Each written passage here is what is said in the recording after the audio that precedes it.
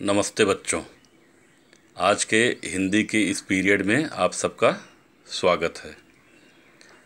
सबसे पहले मैं आप लोगों को ये बता दूं कि जो भी यह पढ़ाया जा रहा है केवल हिंदी ही नहीं, प्रत्येक विषय को आप बड़ी गंभीरता से लें, क्योंकि यह जो स्थिति है आप लोग समाचार में देख रहे हैं, घर में चर्चा हो रही है, दूसरों से सुन रहे होंगे। यह स्थिति आगे अभी और भी बढ़ सकती है और यदि मन में ऐसा विचार है कि इसे फिर से पढ़ाया जाएगा, फिर से हम लिख लेंगे, कर लेंगे, तो हो सकता है ऐसा अवसर न मिले। क्योंकि जैसे अभी आप लोग पढ़ रहे हैं 1.5 महीने, फिर आगे हो सकता है ऑनलाइन जून में भी, जुलाई में भी, अगस्त सितंबर तक ऐसा जाए।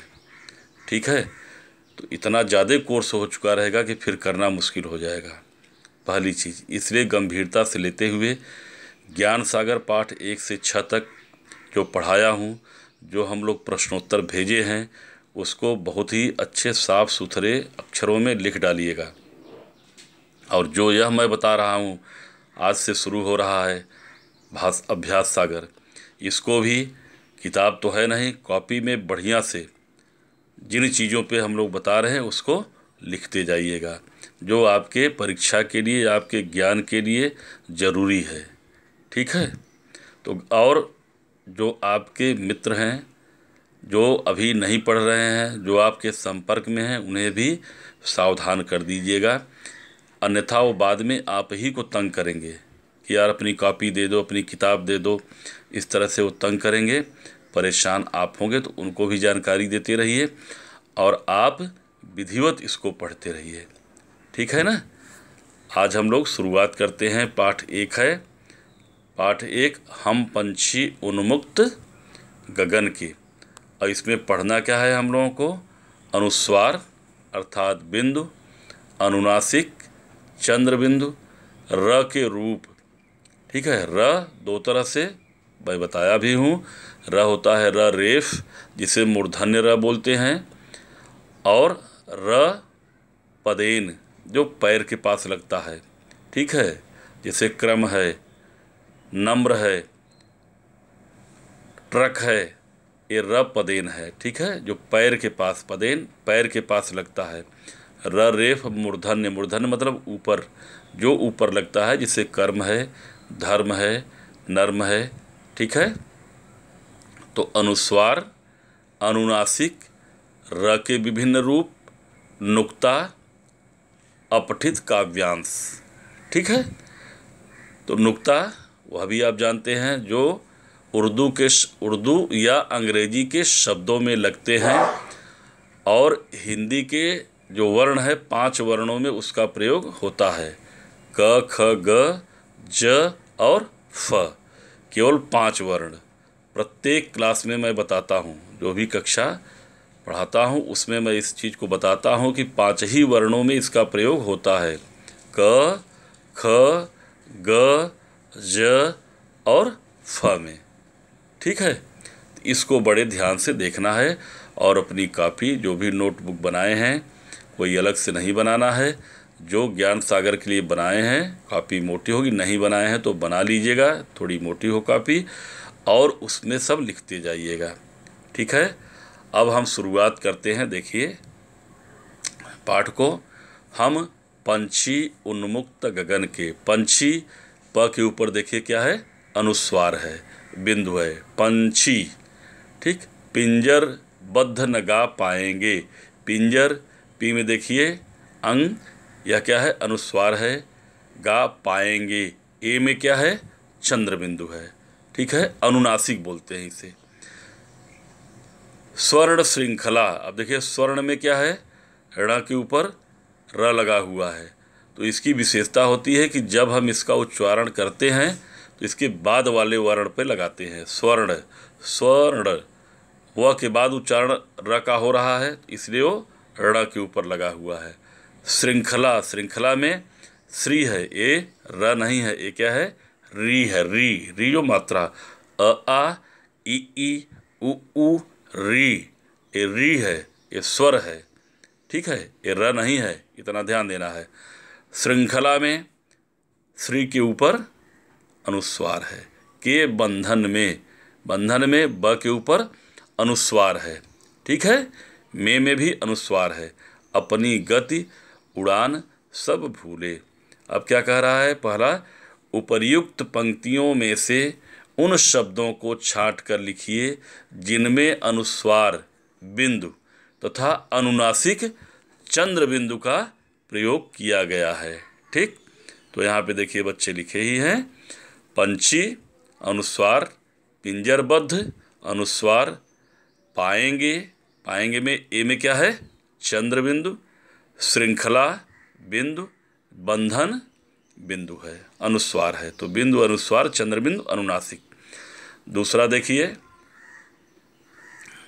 दूसरे में है उच्चारण के आधार पर निम्नलिखित शब्दों में अनुस्वार तथा अनुनासिक चंद्र बिंदु का प्रयोग कीजिए। ठीक है, तो इसमें क्या दिया है? अंगूर, अ पे लगेगा अंगूर। ख, चाँद दिया है, चा के ऊपर चंद्र बिंदु लग जाएगा तो क्या हो जाएगा? चांद। आंगन, आंगन के आ के ऊपर लगेगा तो क्या बन जाएगा? आंगन। ठीक है, और यहाँ देखिए इन बच्चों को भी बताया हूँ तो ये लोग भी लिख दिए हैं क ख ग ज फ, यहीं पे लिख लिए हैं। और आप लोग अपनी कॉपी में सबसे ऊपर टॉप पे जो दिया रहता है जगह, उसी पे लिख डालिए नुक्ता, नुक्ता के आगे क ख ग ज फ, और सब में लगा के देख लीजिएगा। ठीक है, इतना तो आप जानते हैं कहाँ पे लगता है। फिर देखिए अनुस्वार में आ गए। घ, सवाद, सवाद लिखा है, स के ऊपर बिंदु लगेगा, संवाद। क्या हो गया? संवाद। फिर ंग में जाऊगा, जाऊगा में ऊ के ऊपर रहेगा तो क्या बन जाएगा? जाऊंगा।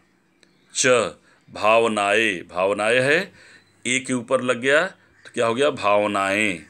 ठीक है, भावनाएं। छ में क्या है? सांप, सांप में सा के ऊपर लग गया तो क्या बन गया?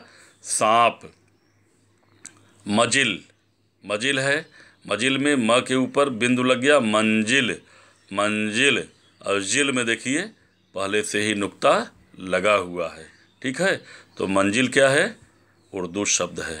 ठीक है। झ में क्या है? पसंद, पसंद लिखा है, पसंद में स के ऊपर बिंदु लग गया तो क्या बन गया? पसंद। ठीक है, अगला हम लोग देखते हैं। याद रखिए, याद करने के लिए यहाँ पे बोला है तो इस वीडियो को पॉज कर करके इन दो चीज़ों को जरूर लिखिए, याद रखिए के लिए दिया है। जिन वर्णों के उच्चारण में हवा नाक से निकलती है वहाँ नियम के अनुसार अनुस्वार अर्थात बिंदु दिखाई भी दे रहा है, बिंदु का प्रयोग किया जाता है। वर्णमाला के सभी वर्गों के पंचम वर्ण पांचवा वर्ण, वर्ण तो पहले ही लिखा देता हूँ, पंचम वर्ण पांचवा वर्ण। पांचवा वर्ण क्या होता है? ङ, ञ, ण, न, म। 5 वर्ग होते हैं, कवर्ग, चवर्ग, तवर्ग, कवर्ग, चवर्ग, टवर्ग, तवर्ग, पवर्ग। इसमें पांचों वर्ग जो होते हैं उनके पंचम वर्ण क्या है? ङ, ञ, ण, न, म। ठीक है, तो पंचम वर्ण के स्थान पर क्या लग जाता है? अनुस्वार, इसका प्रयोग किया जाता है। ठीक है, जिन वर्णों के उच्चारण में हवा नाक व मुंह दोनों से निकलती है वहाँ अनुनासिक अर्थात चंद्र बिंदु का प्रयोग किया जाता है। ठीक है। तीसरा, निम्नलिखित शब्दों को ध्यान से पढ़िए। कटोरी, कटोरी, अब यहाँ ध्यान क्या देना है? री। स्वर्ण, स्वर्ण में देखिए ड़ के ऊपर मूर्धन्य र लगा हुआ है, र रेफ इसे बोलते हैं। डरना, र का प्रयोग हुआ है। ठीक है। पर्वत, पर्वत में प के बाद र का उच्चारण हो रहा है और व के ऊपर रेफ लगा हुआ है, र। पर्वत। प्रेम, प्रेम में देखिए र क्या है? पदेन है, प में लगा हुआ है तो पदेन पैर के पास लगा है। ठीक है, तो क्या बन गया है? प्रेम। द्रवित, द्रवित में भी देखिए द में र पदेन है, द के पैर के पास लगा हुआ है तो क्या बन गया? द्रवित। ठीक है, तो ये है र का प्रयोग।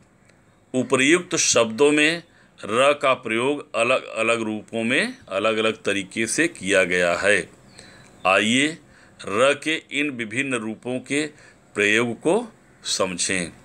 जब र स्वर सहित हो तो पूरा र है। जब र स्वर सहित हो पूरा र है। जब र स्वर रहित हो मतलब स्वर न हो आधा र, एक प्रकार समझिए इसे आधा र। ठीक है। रेफ। जब र स्वर सहित हो लेकिन उससे पहले वाला व्यंजन स्वर रहित हो। पदेन, देखिए लिखा भी है र पदेन। तो इसमें क्या होता है कि जो र होता है रहता तो है पूरा, लेकिन इससे जो पहले वाला वर्ण है जैसे है प्रेम। अच्छा चलिए, प्रेम क्रम है। क्रम में क आधा है, र पूरा है, क्योंकि उच्चारण देखिए क्र क्र, र पूरा हो रहा है, क आधा हो रहा है। तो क क्या है? स्वर रहित है। जब र स्वर सहित हो लेकिन उसमें पहले वाला व्यंजन क्या है? स्वर रहित हो, तो र पदेन का प्रयोग होता है। नोट यहाँ कर रहा है, ऐसे व्यंजन जिनमें खड़ी पाई नहीं होती, यदि वे स्वर रहित हों और उनके साथ पदेन र का प्रयोग करना हो तो इसका रूप इस प्रकार होगा। देख लीजिए, ट्रक, ड्रामा, राष्ट्र। खड़ी पाई नहीं है इसमें, तो यह प्रायः किसमें प्रयोग होता है? ट वर्ग में। ट, ठ, ड, ढ, इन 4 वर्णों में इसका प्रयोग होता है। बाकी जगह पे पाई होती है तो इसलिए वह दूसरे तरीके से प्रयोग होता है। ठीक है। चलिए, चौथा दिया है, निम्नलिखित शब्दों में उच्चारण के आधार पर र के विभिन्न रूपों का प्रयोग कीजिए। ठीक है। अब धम लिखा है। धम लिखा है तो क्या होता है? धर्म। धर्म शब्द नहीं होगा, धम्र शब्द नहीं होगा, क्या होगा? धर्म। तो यहाँ पे र रेफ लगा हुआ है। ख में विद्यार्थी, यहाँ भी थी के ऊपर लगाना है। विद्यार्थी, या के बाद र का उच्चारण हो रहा है तो र रेफ है, विद्यार्थी। फिर है राष्ट्र, यहाँ र पदेन है, ट में लग रहा है, राष्ट्र। ठीक। ख में देखिए लिखा है शर्म। शम लिखा है तो म के ऊपर र रेफ लग जाएगा, शर्म। ग में देखिए ग्रह। ग्रह में अब इसमें वही है, र पूरा है लेकिन ग आधा है, तो लिखने का तरीका देख लीजिए, ग्रह। फिर है च।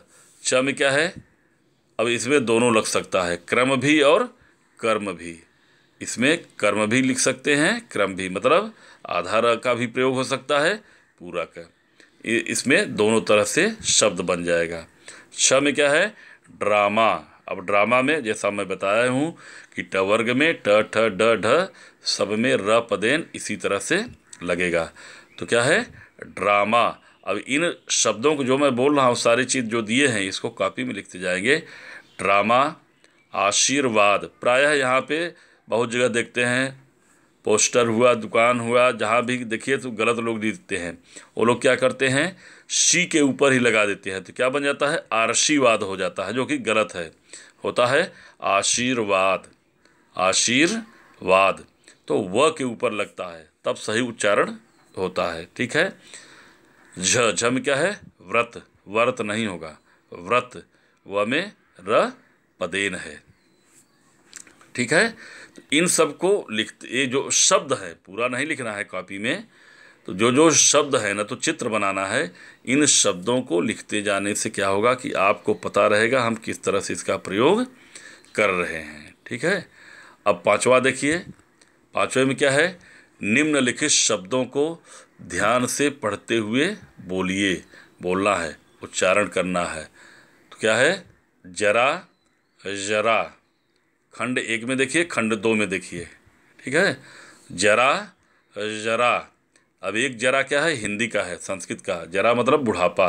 एक है जरा, जरा मतलब थोड़ा सा। फिर एक का क्या है? फन। एक क्या है? फन। फन क्या होता है? सांप का फन। एक है फन। फन मतलब कला। ठीक है। और यहाँ देखिए नीचे दिया भी है, खंड 2 में ज और फ उर्दू की ध्वनियाँ हैं। ज और फन में नीचे लगे बिंदु को क्या बोलते हैं? नुक्ता कहा जाता है। पहले भी पढ़ चुके हैं, क्लास चौथी, पाँचवीं, छठी, सातवीं सब में पढ़े हैं। और यहाँ भी देखिए, आपके लिए आसान है।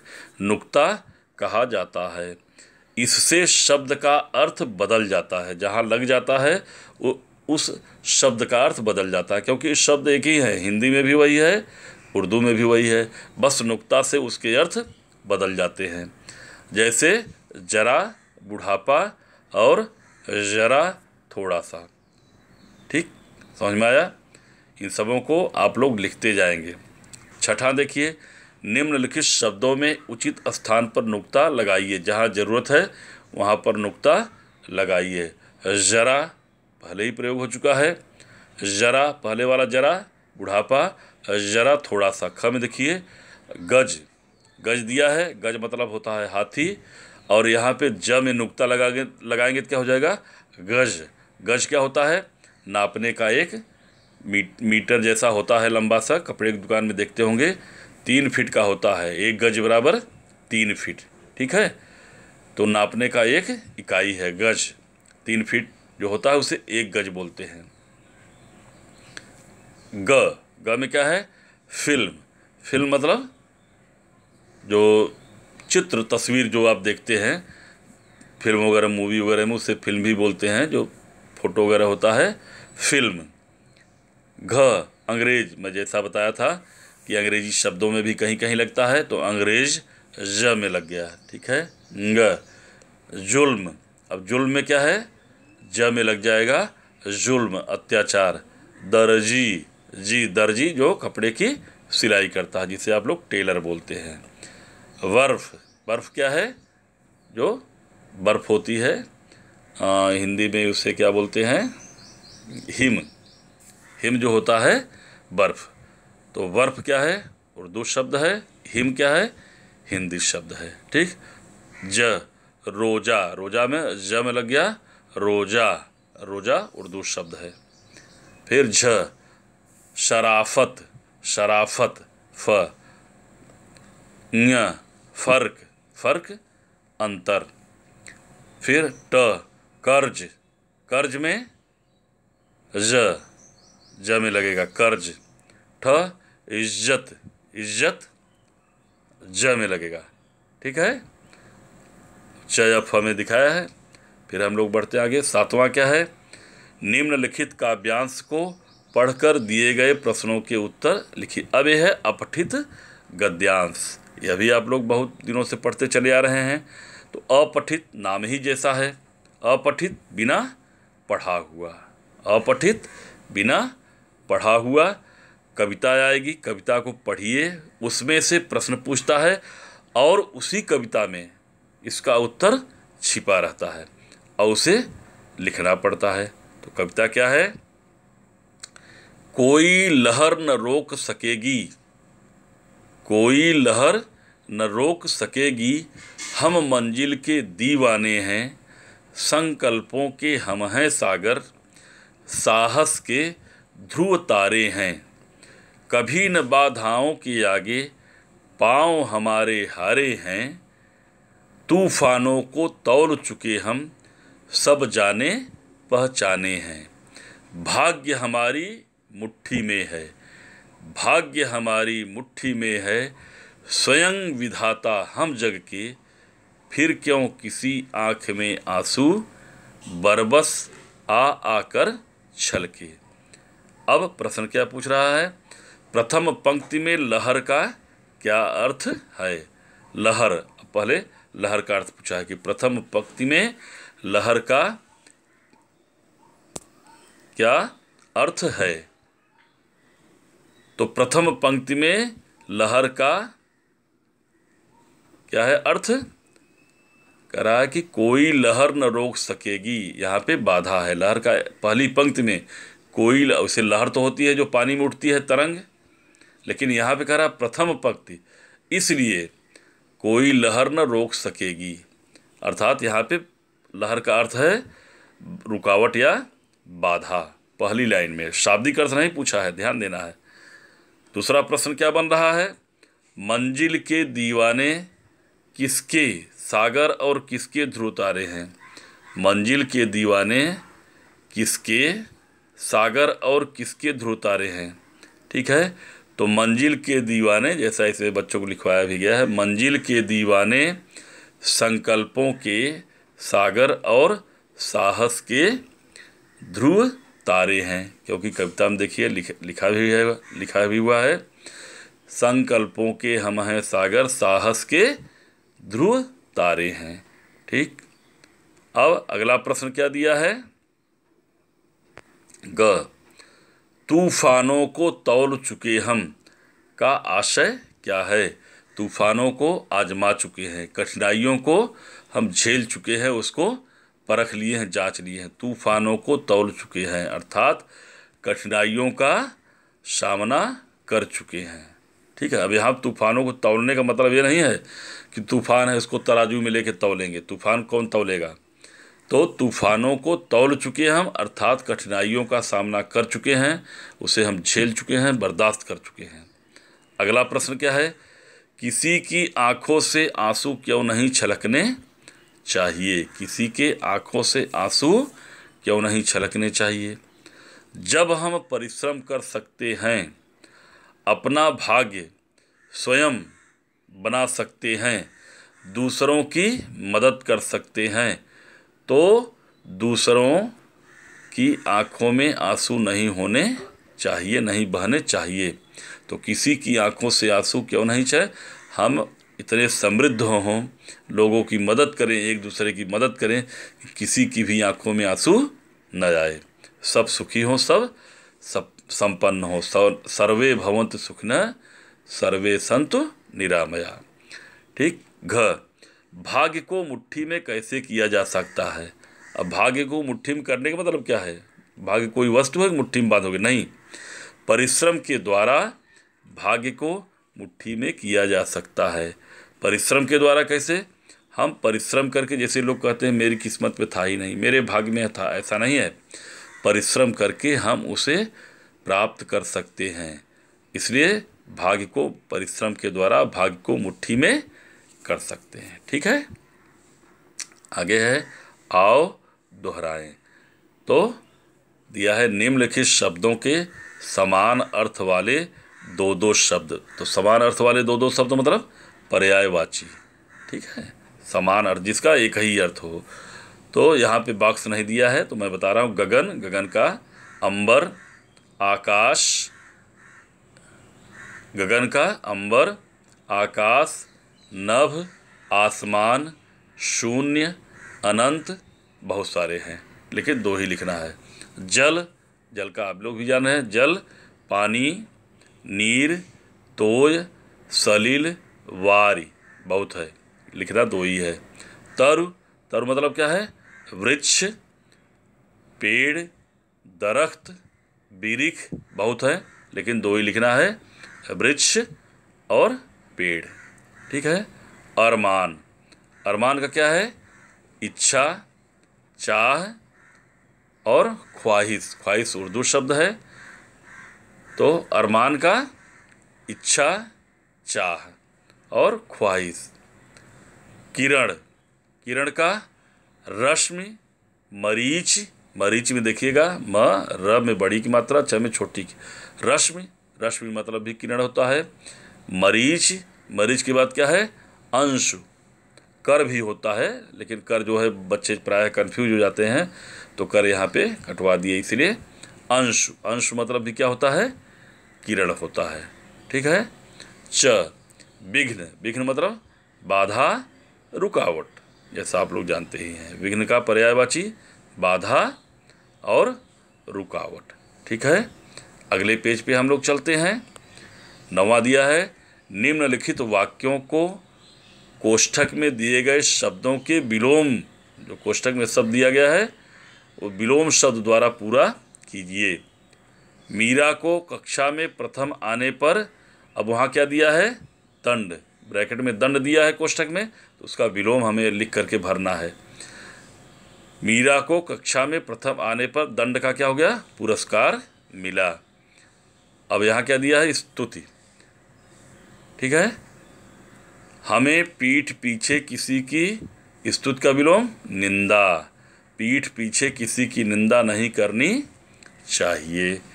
हमें सदा समय का, ब्रैकेट में क्या दिया है, दुरुपयोग, तो दुरुपयोग का विलोम सदुपयोग।